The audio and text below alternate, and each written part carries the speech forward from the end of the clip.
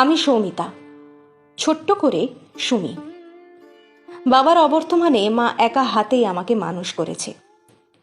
ছোট্ট একটা চাকরি পেতেই মা বিয়ে দিল মায়ের পছন্দ করা ছেলের সাথেই। আজ অফিস ফেরত মাকে একটু দেখতে এসেছি। আমার পছন্দের খাবার বানাচ্ছে মা। এমন সময় কলিং বেল বাজতে দরজা খুলে দেখি মায়ের বান্ধবী প্রিয়া মাসি আর সমীর মেশো এসেছে।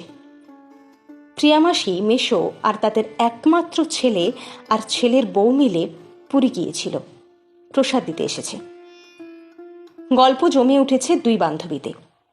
মেশোকে চায়ের কাপটা ধরাতে ধরাতে কানে এলো প্রীতি মাসিমাকে বলছিল, হ্যাঁ রে, তোকেও বলি হারি, লাজ লজ্জা নেই? মেয়ে জামাইয়ের সাথে দীঘা ঘুরতে গিয়েছিলি, তুই কি ওদের মাঝে ঢুকে ঘুরতে চলে যাবি? তোর ফটো দেখে আমি তো হেসেই অস্থির।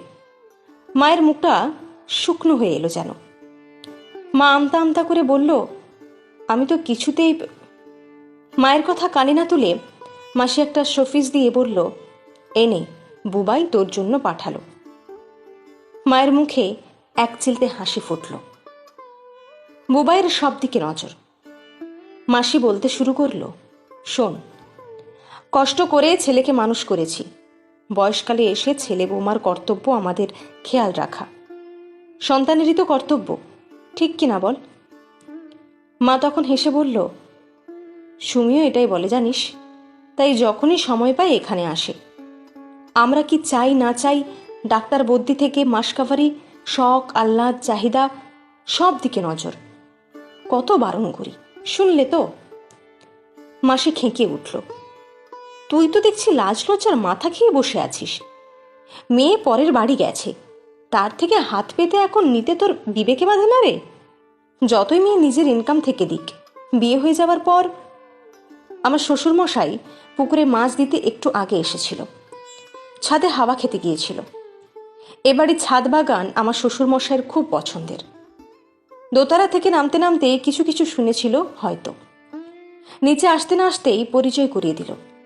শ্বশুরমশাই এবার একটু হাসি টেনে বলল, মেয়ের বিয়ের পর তার আর বাবা মাকে দেখা ঠিক না বলছিলেন, কানে এলো।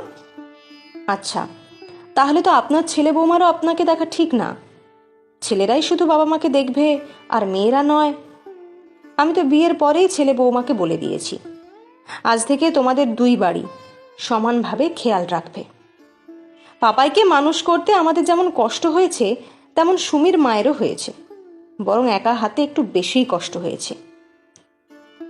এবার সাহস পেয়ে আমিও বললাম, মাসি, তোমার ছেলে বউয়ের সাথে পুরী গেলে লজ্জার হয় না, আমার মা মেয়ে জামাইয়ের সাথে গেলে তখন সেটা লজ্জার হলো। আমরা তো দুই বাড়ি মিলে ঘুরতে যাই, তাহলে তখন কি শুধু আমার মায়েরই লজ্জায় যাওয়া ঠিক নয় বলবে? মাসি একটু বিব্রত বোধ করল। চায়ের কাপ রেখে বলল, আমি বলার কে বল, লোকে কি বলবে তাই বলছিলাম। মেশো এবার আর চুপ থাকতে না পেরে বলল, এই লোকে বলতে ঠিক কারা হয় গো?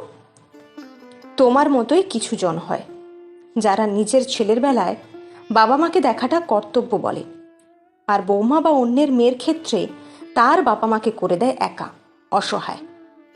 তাদের ঘোরা সকাল্লাদ থাকতে নেই?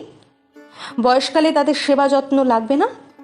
তারা কষ্ট করে মানুষ করেনি, নাকি শুধু ছেলে মানুষ করতে কষ্ট হয়? ফেসবুকেও পড়ি বৃদ্ধাশ্রমে যাওয়ার চোখে জল আনা গল্প। সেখানেও ছেলের বাবা বা মায়ের দুঃখ। মেয়ের বাবা মায়ের কথা নিয়ে অমন চোখে জল কিন্তু কারোর আসে না, অমন গল্পেও কেউ লেখে না। লক্ষ্য করলাম মায়ের চোখ ছলছল করছে, সমানে চোখের পাতা ফেলে ফেলে জল আড়ালের আপ্রাণ চেষ্টা করে যাচ্ছে।